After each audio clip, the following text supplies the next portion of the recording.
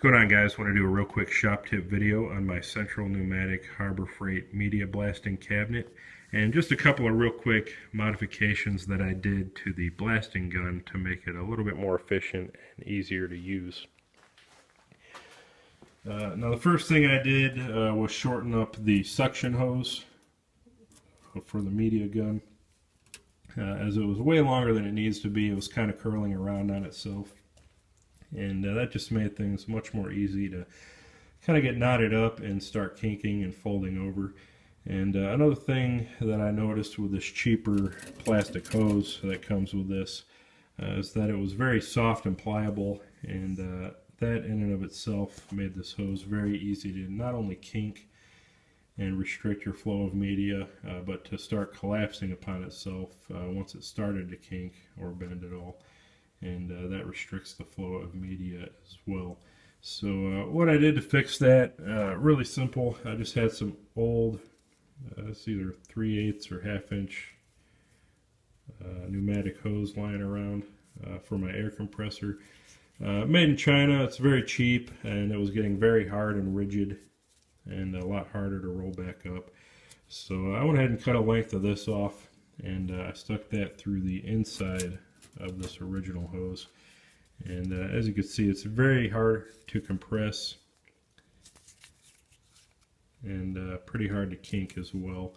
So that just kind of reinforced this hose, eliminated my kinking issues, as well as any chance of collapse from suction or the pressure going through there. Now the other thing I noticed is the way this suction tube was designed. It really wasn't getting a good amount of suction through the gun. And the way they make these, they've actually got a smaller tube inside of a larger tube. And the smaller tube is a couple inches longer than the larger. And that's what goes into your media for your suction. And then you got just a very small open air gap around the outside of your larger tube, which is actually crimped in place to keep this tube from falling out. And that little bit of an air gap, I believe, helps to create a differential pressure for getting suction through the smaller tube, if I understand that correctly. And it needs to have some free space around it to let airflow come through, so that you can still suck things through the smaller tube.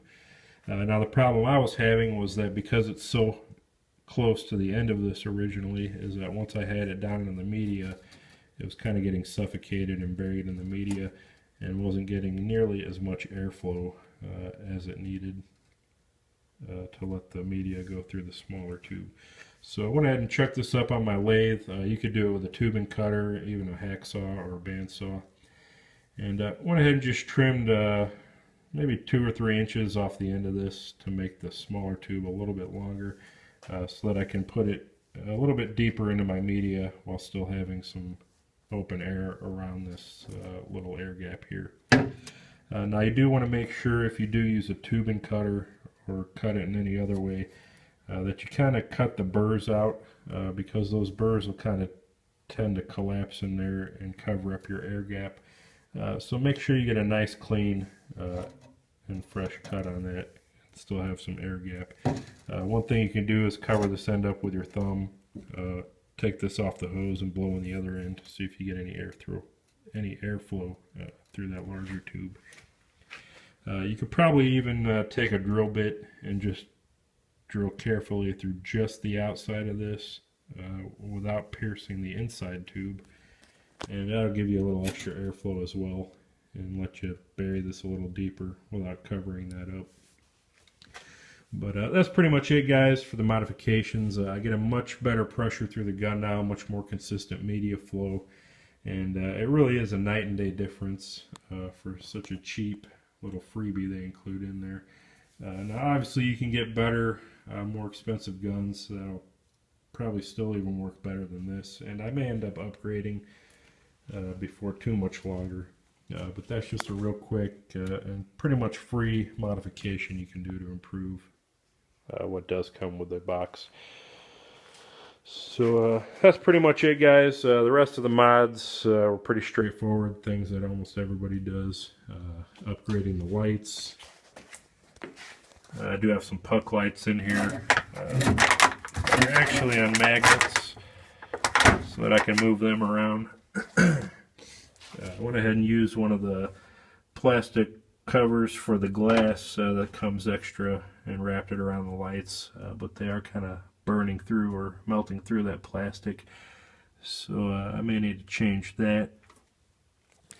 I also put a filter for water and then a regulator and a gauge on that. Not that you really need to dial your pressure up or down too much on these things.